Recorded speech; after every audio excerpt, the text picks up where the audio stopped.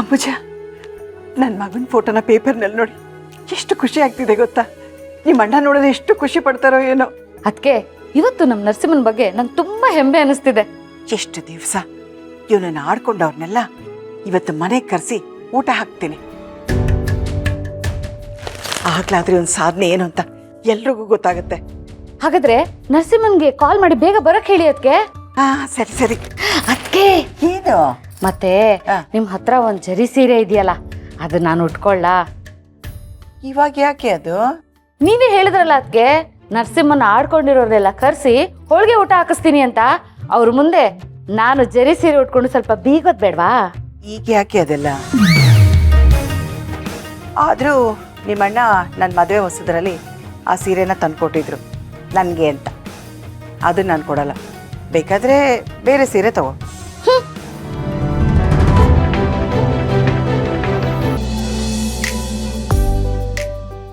ಅದಕ್ಕೆ ಚೆನ್ನಾಗಿ ಕಾಣಿಸ್ತಿದೆ ಅಲ್ವಾ? ಓ ಬರ್ಬೇಕು ಬರ್ಬೇಕು, ಲಕ್ಷ್ಮಿ ಗಾಯತ್ರಿ ಬೆಟಾಲಿಯನ್ ಬನ್ನಿ ಬನ್ನಿ ಬನ್ನಿ. ಕೊನೆಗೂ ಅಕ್ಕ ಮಗನ ಇನ್ಸ್ಪೆಕ್ಟರ್ ಮಾಡ್ಬಿಟ್ರಿ ಅಲ್ವಾ? ಹೌದಪ್ಪ. ಇದಕ್ಕೆಲ್ಲ ಕಾರಣ ನಮ್ಮಣ್ಣ ಜೈರಾಮಣ್ಣ. ನಮ್ಮಣ್ಣನ ಮಾತಿಗೆ ನಮ್ಮ ನರಸಿಂಹ ಬೆಲೆ ಕೊಟ್ಟು ಚೆನ್ನಾಗಿ ಓದಿ ಎಕ್ಸಾಮ್ ಬರ್ದಿದ್ದಕ್ಕೆ ಇವತ್ತು ಇನ್ಸ್ಪೆಕ್ಟರ್ ಆಗಿದ್ದಾನೆ. ನಿಮ್ಮನೇಲಿ ಯಾರಿಗಾದ್ರೂ ಕಷ್ಟ ಇದ್ರೆ ಹೇಳಿ, ನಮ್ ನರಸಿಂಹ ಅದನ್ನೆಲ್ಲ ನಿವಾರಿಸ್ತಾನೆ. ಇವತ್ ಬೆಳಗ್ಗೆ ಪೇಪರ್ ಅಲ್ಲಿ ನಮ್ ನರಸಿಂಹನ್ ಬಗ್ಗೆ ತುಂಬಾ ಚೆನ್ನಾಗಿ ಬರ್ದಿದ್ದಾರೆ. ನೀವೆಲ್ಲ ನೋಡಿದ್ರಾ? ಹೌದು, ನೋಡಿದ್ವಿ. ಬನ್ನಿ ಬನ್ನಿ, ಹೋಳಿಗೆ ಊಟ ರೆಡಿ ಇದೆ, ಬನ್ನಿ ಮಾಡಿ. ಕೂತ್ಕೊಳ್ಳಿ. ಜಯರಾಮಣ್ಣವ್ರು ಇದ್ರೆ ಎಲ್ಲಾರು ಕುತ್ಕೊಂಡು ಒಟ್ಟಿಗೆ ಊಟ ಮಾಡ್ಬೋದಾಯ್ತಲ್ವಾ? ಅಣ್ಣ ಊರಲ್ಲಿಲ್ಲ, ನರಸಿಂಹನು ಯಾವಾಗ ಬರ್ತಾನೋ ಗೊತ್ತಿಲ್ಲ. ನೀವು ಕುತ್ಕೊಳ್ಳಿ, ಊಟ ಮಾಡ್ಬಿಡಿ. ಕುತ್ಕೊಳ್ಳಿ ಕುತ್ಕೊಳ್ಳಿ.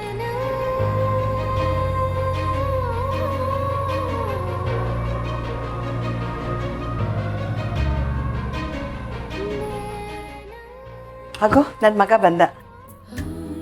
ಏನಪ್ಪ ನರಸಿಂಹ, ನಮ್ ಕಣ್ಮುಂದೆನೆ ಆದಿ ಬೀದಿಲಿ ಓಡಾಡ್ಕೊಂಡಿದ್ದೆ, ಈಗ ನೋಡಿದ್ರೆ ಇನ್ಸ್ಪೆಕ್ಟರ್ ಆಗ್ಬಿಟ್ಟಿದ್ಯಾ?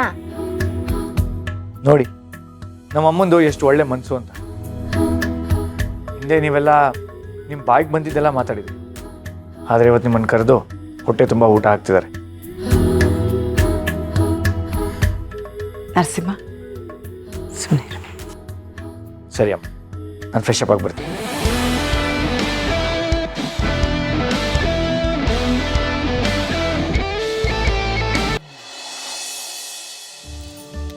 ಅಕ್ಕ ಅಡುಗೆ ಅಂತೂ ಸೂಪರ್ ಆಗಿತ್ತು. ನಿಮ್ಮ ಥರ ಅಡುಗೆ ಮಾಡೋಕ್ಕೆ ಬರೋದೇ ಇಲ್ಲ ನೋಡಿ ನಮಗೆ.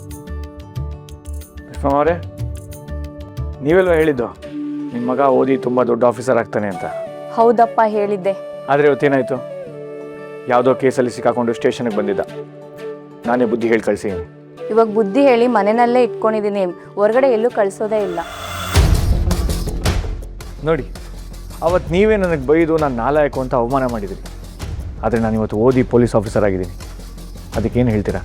ಆದರೂ ಇಷ್ಟೊಂದೆಲ್ಲ ಸಾಧನೆ ಎಲ್ಲ ಮಾಡ್ಬಿಟ್ಟಿದ್ಯಾ ನರಸಿಂಹ. ಮನೆ ಮುಂದೆ ಬ್ಯಾನರ್ ಎಲ್ಲ ಹಾಕ್ಸ್ಕೊಂಡ್ಬಿಟ್ಟಿದ್ಯಾ? ಅದು ನಾನು ಹಾಕ್ಸ್ಕೊಂಡಿರೋದಲ್ಲ, ನನ್ನನ್ನು ಪ್ರೀತಿಸೋ ಜನ ಹಾಕಿರೋದು. ಏನು ಗಾಯತ್ರಿ ಆಂಟಿ, ಯಾರನ್ನೂ ಯಾವತ್ತೂ ಕೀಳಾಗಿ ನೋಡಬಾರ್ದು. ಯಾರಲ್ಲಿ ಏನು ಬುದ್ಧಿ ಇರುತ್ತೆ ಅಂತ ಯಾರಿಗೂ ಗೊತ್ತು. ನೀನು ಓದಬೇಕಾದ್ರೆ 49ಕ್ಕಿಂತ ಮಾರ್ಕ್ಸ್ ಹೆಚ್ಚಿಗೆ ತೆಗಿತಾನೆ ಇರಲಿಲ್ಲ, ಆದರೂ ಪಾಸ್ ಆಗಿಬಿಟ್ಟಿದ್ಯಾ? ನನಗೆ ಯಾಕೋ. ಆಂಟಿ, ನೀವಿನ್ನೂ 49ನ ಬಿಟ್ಟಿಲ್ವಾ? 49 ಅಂತ ಮಾತಾಡಿದವರೆಲ್ಲ ಇವತ್ತು ಮಕ್ಕಾಡೆ ಮಲ್ಕೊಂಡಿದ್ದಾರೆ. ಜನ ಯಾವತ್ತೂ ಸಂಭ್ರಮಿಸೋದು ಗೆಲುವನ್ನ ಮಾತ್ರ, ಸೋಲನ್ನಲ್ಲ. ನಾವು ಇನ್ನೊಬ್ಬರ ಬಗ್ಗೆ ಮಾತಾಡೋದಕ್ಕಿಂತ ಮುಂಚೆ ನಮ್ಮ ಯೋಗ್ಯತೆ ಏನು ಅಂತ ತಿಳ್ಕೊಬೇಕು. ಅರ್ಥ ಆಯಿತು ಅನ್ಸತ್ತೆ. ಸರಿ, ನಾವಿನ್ನು ಹೊರಡ್ತೀವಿ. ಅಯ್ಯೋ ಇರಿ, ಹೊಟ್ಟೆ ತುಂಬ ಊಟ ಮಾಡಿದ್ರಲ್ವಾ? ನಮ್ಮ ನರಸಿಂಹ ನಿಮ್ಗೆ ವೀಳ್ಯದೆಲೆ ಬಾಳೆಹಣ್ಣು ಎಲ್ಲ ಕೊಡ್ತಾನೆ, ಚೆನ್ನಾಗಿ ತಿನ್ಕೊಂಡು ಹೋಗುರಂತೆ. ಅಂಬುಜ, ಸ್ವಲ್ಪ ಸುಮ್ಮನೆ ಇರ್ತೀಯ ನೀನು?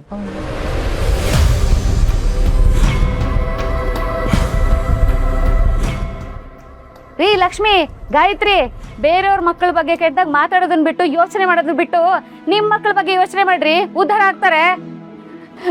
ಲೋ ನರಸಿಂಹ, ನೀನ್ ಸೂಪರ್ ಕಣ. ಟವಲ್ ಸುತ್ಕೊಂಡು ಹೊಡೆದಂಗೆ ಸರಿಯಾಗಿ ಮಾತಾಡ್ದೆ ಬಿಡು. ಅಂಬುಜ, ಮನೆಗೆ ಬಂದವ್ರನ್ನ ಹಾಗೆಲ್ಲ ಅವಮಾನ ಮಾಡಿ ಕಳಿಸ್ಬಾರ್ದು ಕಣೆ. ಸುಮ್ಮನೆ ರೀ ಅತ್ಗೆ. ನೋಡಿದ್ರಾ ನಮ್ಮ ನರಸಿಂಹ ಎಷ್ಟು ಚೆನ್ನಾಗಿ ಮಾತಾಡ್ಸಿದ್ದ, ಅವಳು ಮಾತ್ರ 49 ಮಾರ್ಕ್ಸು ಅಂತ ಚುಚ್ಚಿ ಚುಚ್ಚಿ ಮಾತಾಡ್ತಿರ್ಲಿಲ್ವಾ? ಅವ್ರು ತಪ್ಪು ಮಾಡಿದ್ರು ಅಂತ ನಾವು ಹಾಗೆ ತಪ್ಪು ಮಾಡಿದ್ರೆ ಅವ್ರಿಗೂ ನಮಗೂ ಏನು ವ್ಯತ್ಯಾಸ ಇರುತ್ತೆ ಹೇಳು? ಸರಿ ಬಿಡಿ, ಬಾಪ ಊಟ ಮಾಡುವಂತೆ ಬಾ. ಅಮ್ಮ ಹ್ಞೂ ನಂಗೆ ಸ್ವಲ್ಪ ಕೆಲಸ ಇದೆ, ನಾನು ಮುಗಿಸ್ಕೊಂಡ್ಬರ್ತೀನಿ. ಅದಕ್ಕೆ ಇವ್ರು ತಿಂದು ಹೋಗಿರೋದನ್ನೆಲ್ಲ ಮೊದಲು ತೆಗೆದು ಬಿಸಾಕ್ತೀನಿ, ಆಮೇಲೆ ನಾವಿಬ್ರು ನೆಮ್ಮದಿ ಕುತ್ಕೊಂಡು ಊಟ ಮಾಡ್ಬೋದು.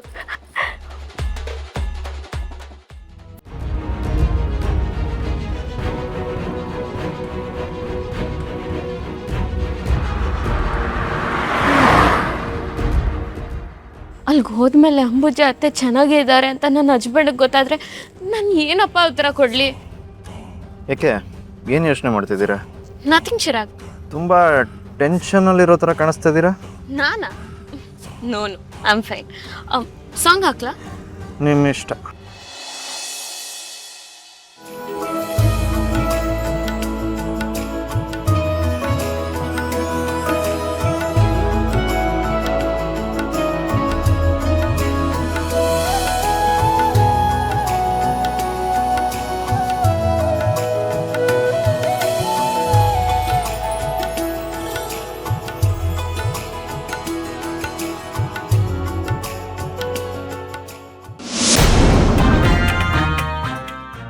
ಚಿರಾಗ್, ಸಾಂಗ್ ಯಾಕೆ ನಿಲ್ಸಿದ್ರಿ? ನಿಮ್ಗೇನು ಗೊತ್ತಾ, ಇದು ನನ್ನ ಫೇವ್ರೆಟ್ ಸಾಂಗ್. ನಿಮ್ಗೆ ಈ ಸಾಂಗ್ ಇಷ್ಟನಾ? ಹ್ಞೂ. ಯಾಕೆ ನಿಮ್ಗೆ ಈ ಸಾಂಗ್ ಇಷ್ಟ ಇಲ್ವಾ?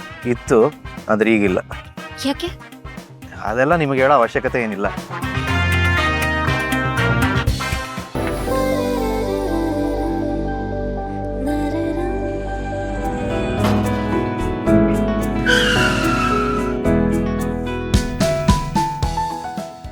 ಚಿರಾಗ್, ಇಷ್ಟೊಂದು ಸ್ಪೀಡಾಗಿ ಯಾರಾದರೂ ಬ್ರೇಕ್ ಹಾಕ್ತಾರಾ? ಕಲ್ಲು ಬಿದ್ದಂಗಾಯ್ತು, ಸುಮ್ಮನೆ ಹಿಡೀರಿ.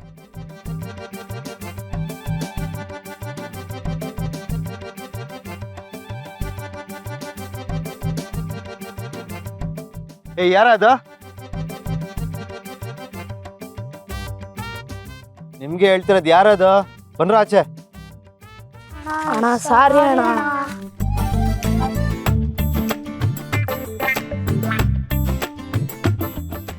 ಸಾರಿ ಅಣ್ಣ, ಮಾವಿನ ಕೈ ಹೊಡೆಯಕ್ಕೆ ಹೋಗಿ ನೀವು ಕಾರಿಗೆ ಬಿತ್ತು.